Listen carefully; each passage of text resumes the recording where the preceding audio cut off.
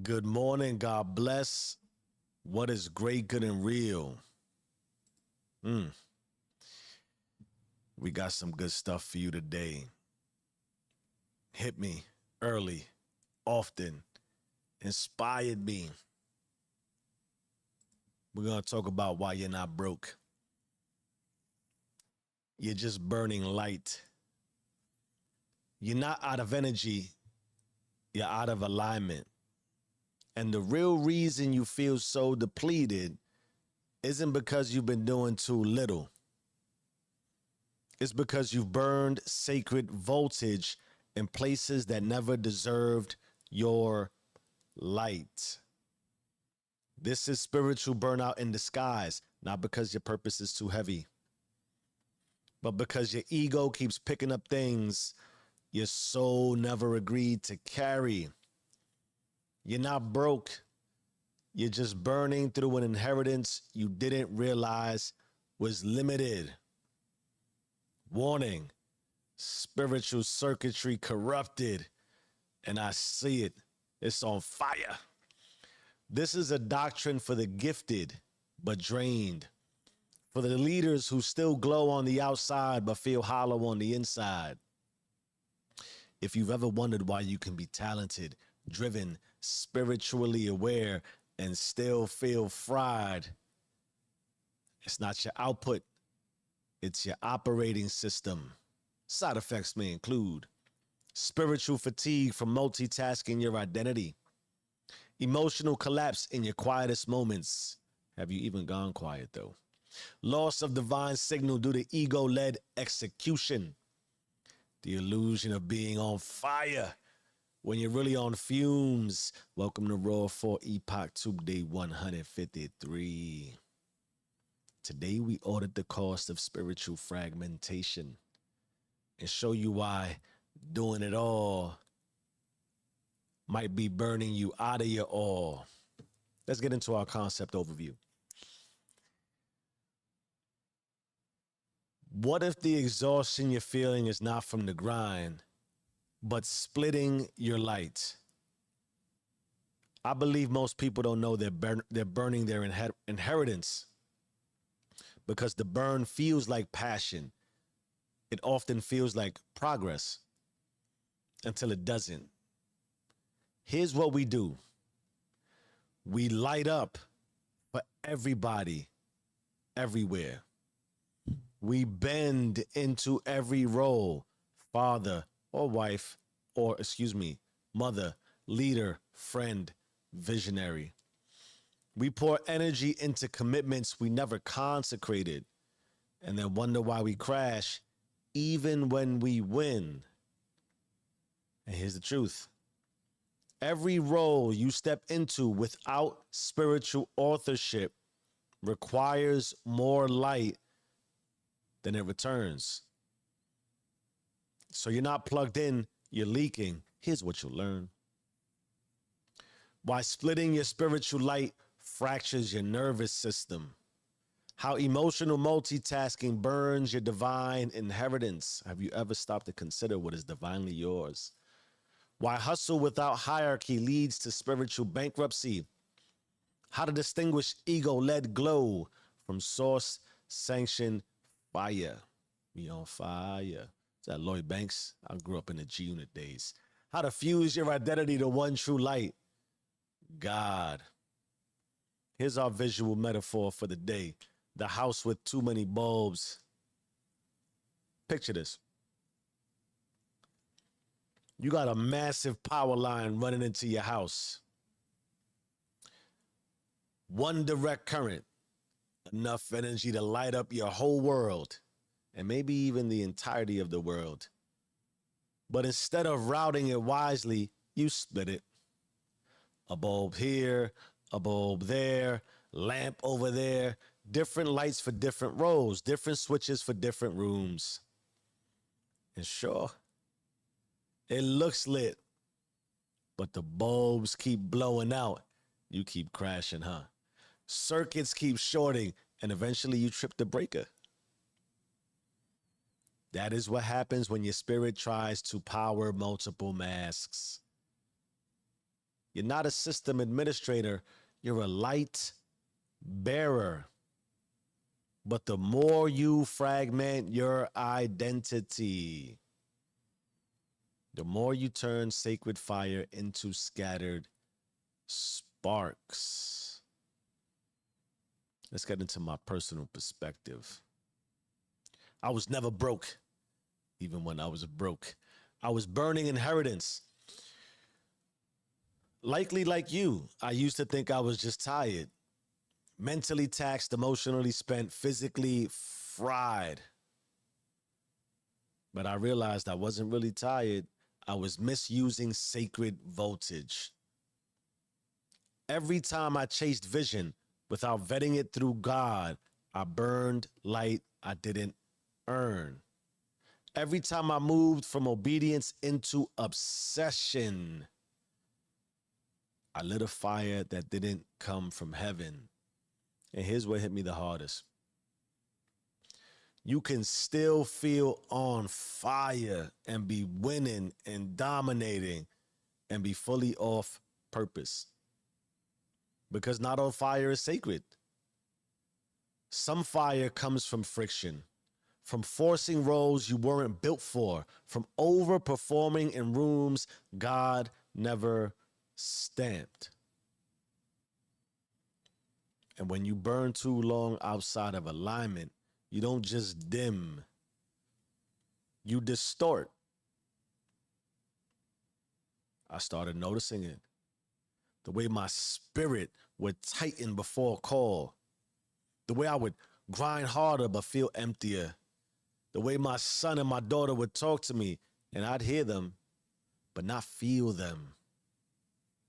Because I wasn't there, at least not fully. I was ghosting my own presence. Hear this, glowing for others, dimming at home. That's when I realized I was spending spiritual inheritance, not stewarding it. I had tapped into divine light, but I was using it like it was mine. And that light started fighting back, started throwing some jabs, right? Until it became a haymaker. And it agitated me. It exposed me. It made my old stimulants, I've had way too many to count, feel useless. It burned every mask I put on, not because it was punishing me, but because it was inviting me back. Back to obedience, back to singularity, back to source. And I know, because I've always known, I don't just want to be bright. I want to be fused, because anything not fused to God becomes a false signal. I was never broke. I just forgot what the light was for.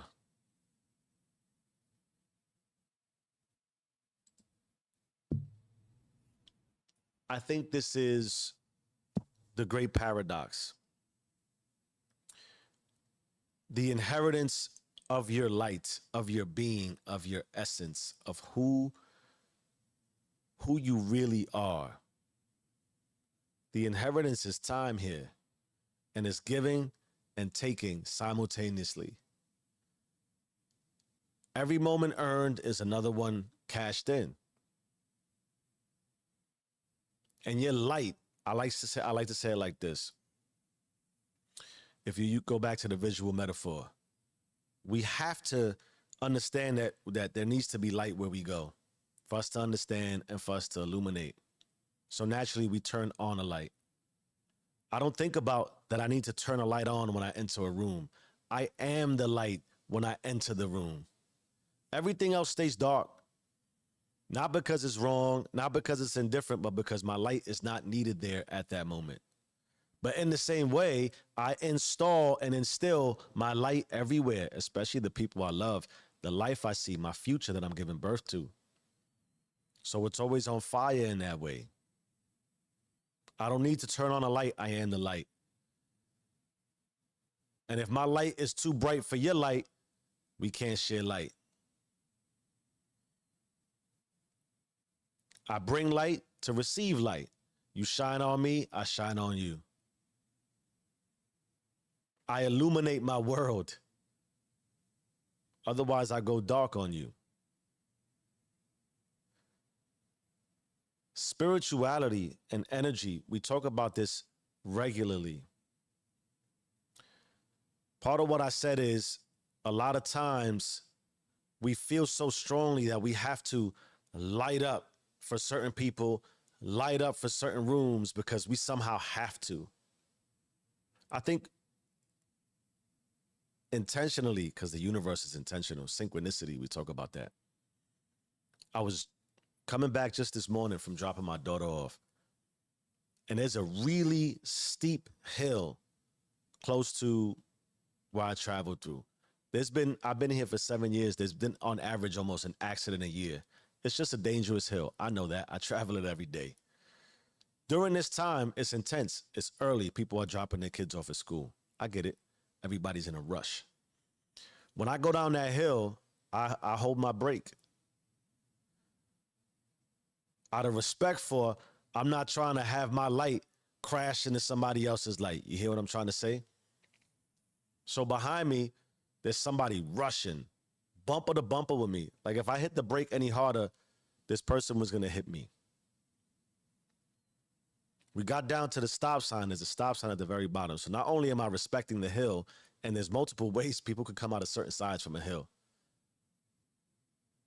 And people are also coming up. It's also narrow. So I'm thinking about all these things. Why? I love my light. I'm not going to let my light be taken away by something that's avoidable, like an accident. But I get this sense like we're all just walking around as accidents. I was reading something also that most people don't give as much thought as we like to think we give, at least not intelligently, to how we are actually living, to how we actually feel, and what it means to be a bringer of light.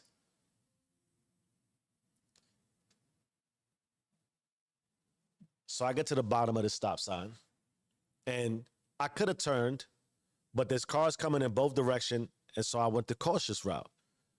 Because again, my light means too much to me to take a little risk. You might see this as no big deal. I'm wasting time. What am I talking about? Behind me, the person on my bumper is almost like I wouldn't be surprised if their car was kissing my car. So I sensed movement, and I could see behind me the person is waving their arms and they're banging on their wheel, and they're looking at their watch. You know what I'm saying? Frustrated, angry, shining their light on me in pure rage. And I stared because I wanted to absorb the energy. And I could tell, looking at the watch, trying to look around me to see if they could see what I could see. I finally make the turn when it's clear. They make the turn with me. They didn't even stop. And again, they're on my bumper. And all I could think to myself was, okay, you're probably like me, because I happen to see that you were right behind me from when I left the school. So it's very likely you take your child to school every morning at the same time, because the school starts at the same time every day. And maybe you were in a rush to work. Maybe you were also in a rush because something terrible happened, which I hope it wasn't, but it didn't look like it. But you were in a rush to go where? Maybe to clock in somewhere. To then rush through that, to clock out, to then rush. Here's my point.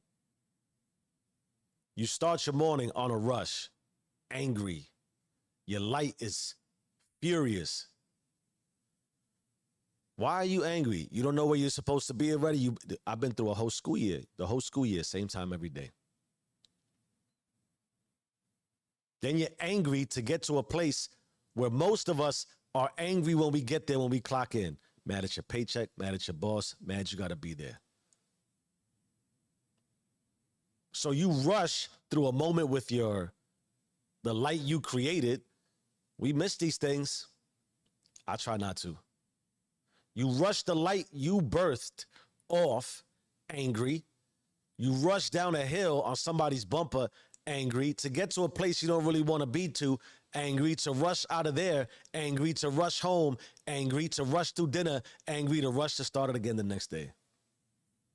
So this is your light. Your light is angry. And why? Why are you angry? Who did that to you? Who got you there?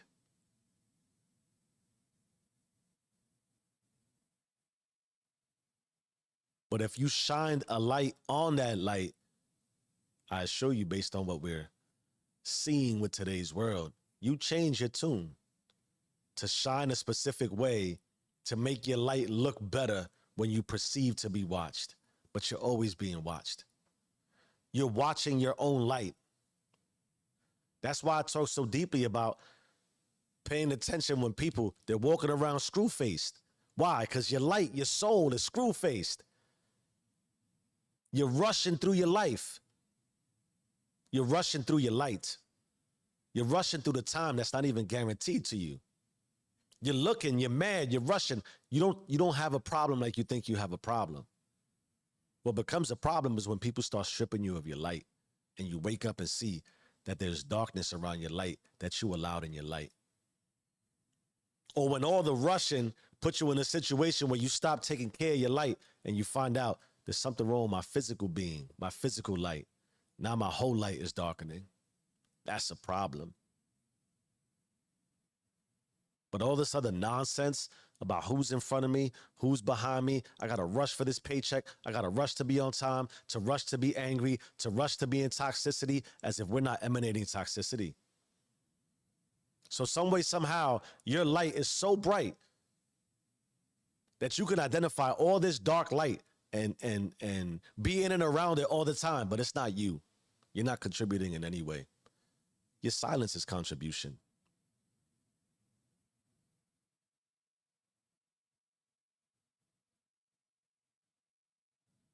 But left to put on a facade, which is also your light watching your light, it knows the truth. It knows the real. That's why you got a screw face on all the time, right? I know. They don't sell t-shirts. Here's our black book, our black book insert, The Science of Burned Inheritance. And imagine the light was bestowed upon you from God. This topic originated from I was going through a journal session on inheriting your own kingdom, like inheriting your own spirit, inheriting your own essence and being, and having full authority and control to do what you want with it. If a lot of what you look like, especially spiritually, when you talk about tapping in, right? It's the light. You ascend into the light. You rise up into the light. You bring things to the forefront. You're not entitled, but you're not even owed, but you deserve. You deserve to be whatever light you want to be. But when you're not, you're burning your inheritance. God, root, source, the infinite, consciousness, your beating heart is giving you your inherited life.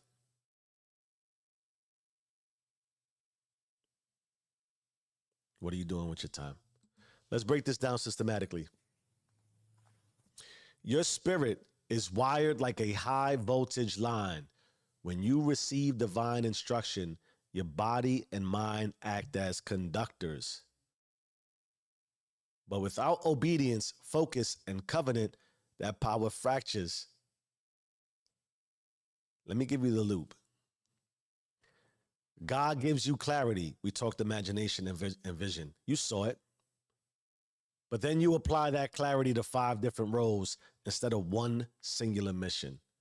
And each role drains energy, but only one was approved. You feel tired, but think the answer is more action. Let me keep playing these roles. Now your body's burnt, your spirit's quiet, and your mind is racing. Welcome to the inheritance burn. It's not a punishment, it's a consequence. Every time you light up on something God didn't sign off on, you spend currency that was meant to compound. That's part of the reason why gifted people feel the most drained, because they confuse permission with potential. And potential not anchored in covenant becomes a curse. And even if you somehow forgot you're gifted or don't think you're gifted, we're all gifted in our everyday lives. You say yes to everything, everywhere, all at once. You don't got enough light for that. Nobody does. You overfunction in one area and underperform in another. Something is suffering. What I say about my personal perspective, I was there, wasn't even processing it. You want to talk about looking in the mirror yesterday, we said to tell yourself you quit. Imagine wasting time with the people that you love the most and you realize all that time that you wasted that you can't get back. And then you start thinking about what you might have done to them, rushing them off into school, rushing them through meals, rushing them out the table, rushing them through conversations, rushing them through self-esteem, rushing them through confidence, rushing them through love. You don't think it's that? It's that. They wear it just like you do. They're a reflection. And how people respond to you, they tense up, fold their arms, get uncomfortable. They screw face back at you. They don't even know why they're screw facing because you're always screw face. And now you think you're unmotivated. You're not unmotivated. You're spiritually split. When the spirit is not sealed, the nervous system compensates. It starts seeking the short circuits, quick hits, dopamine loops, drama highs, not because you're weak, but because you're not fused. Let's continue on into the science. You teach your body that fire equals false performance, and your nervous system can't tell the difference between obedience and overfunctioning. That's why you feel numb. That's why rest doesn't fix you, because you don't need recovery. You need reconnection. I was watching something the other day too that I thought was powerful.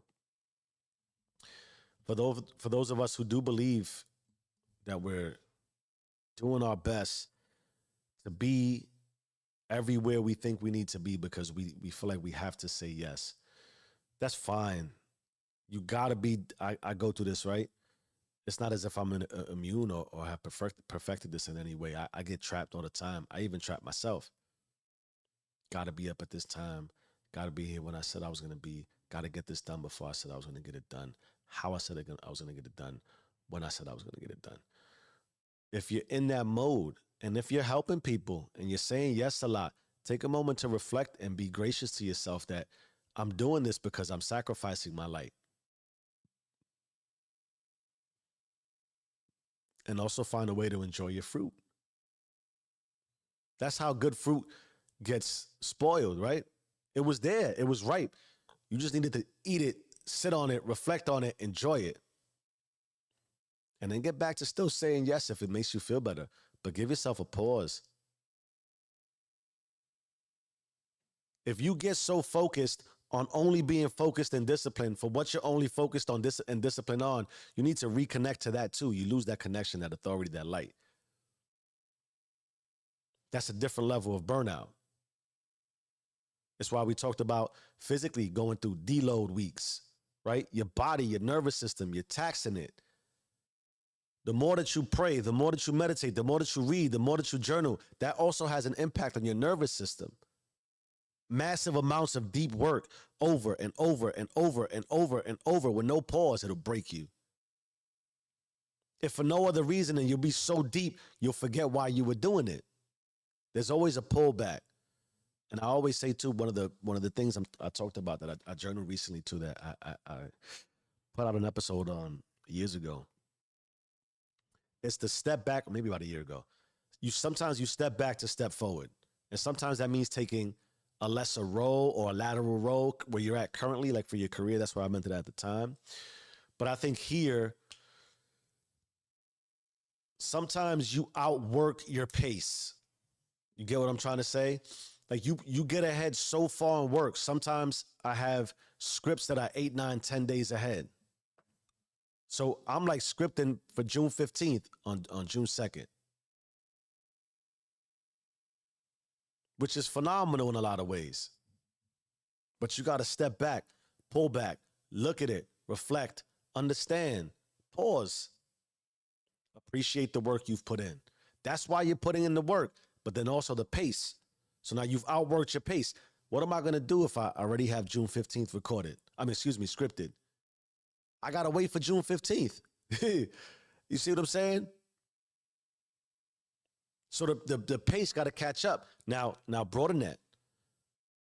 It's like putting money in the market. I put money in the market. I put money in the market. I'm waiting for this play. I'm waiting for this play. I know it's gonna pop. I know it's gonna pop. It's compound interest, right?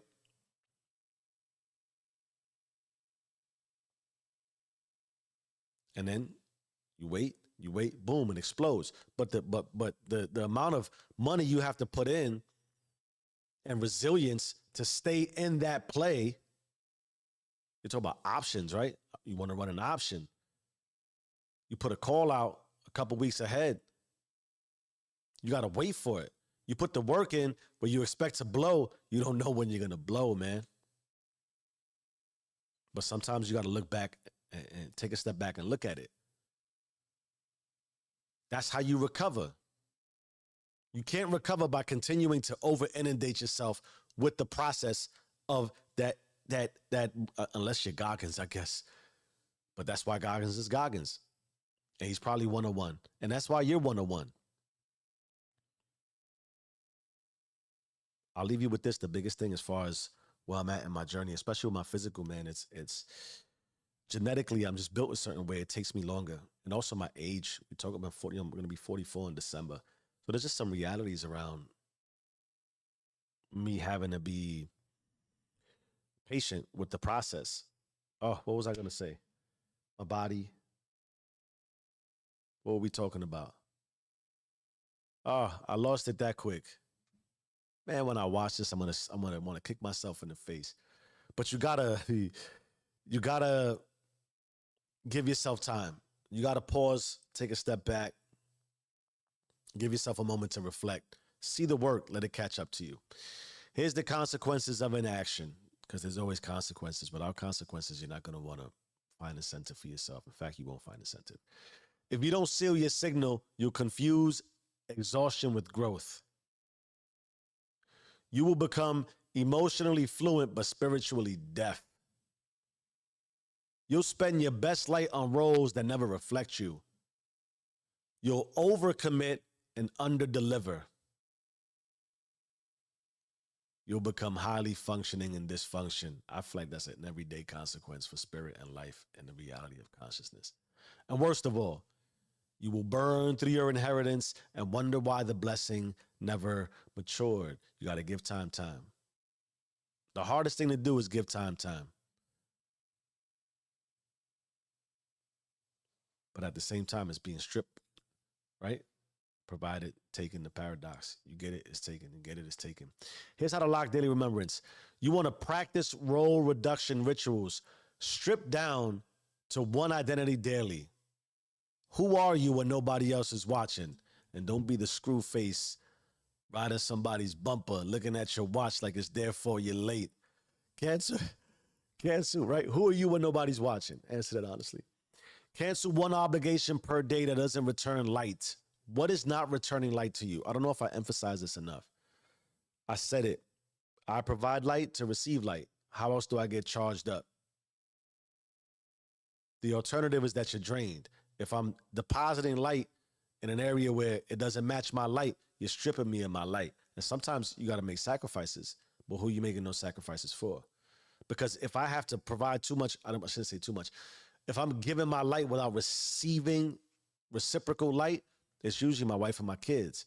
But the light I receive in return is my role as husband and father, my nurturing. I receive light by we may not be flowing today. Got into a little argument. Got into a little back and forth. That's cool. I can accept that there as part of the terms and conditions of the relationship. It doesn't cancel my light, because that's also delayed light. When we make up, the light just shines that much brighter. Visualize your energy as sacred currency. Every yes must come with a receipt. It's an ROI. Where are you investing your light, your time, your energy? Are you getting a return on that investment?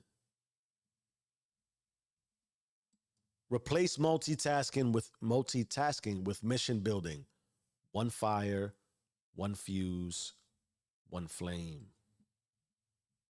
It's big, right? Okay. Where the chat at? Where the chat at? Let's get into our daily covenant loop where we audit, remix, and re-record. We start with an audit. Ask yourself, where have you split your identity so thin it no longer resembles obedience? What roles are still burning your fuse without returning your spirit? Ask and answer honestly. Then you want to hit them with the remix. Let's talk about some of our thoughts and how we identify with them. I am tired becomes I'm overextended on unauthorized missions, right? I believe this too. You'll feel less tired when you're committed to the authorized mission. When you're locked in and you start seeing it and you're putting in the work and you're putting it, that's how you get ahead on to June 15th. I'm not on June 15th, by the way. I'm a little closer to the timeline than I was. But I've been in those modes. You get very far ahead. Why? Because you're so locked in on flow. Your light is shining so bright that you just, there's nothing that can really stop you. The reality too is that fizzles, that it becomes hard to keep the light on that bright all the time. Here's another thought. I'm called to do it all. No, you're not. Becomes I'm called to do the one thing that lights the rest. Two ways to interpret this. One is you can't do it all, and you can't be all for everybody.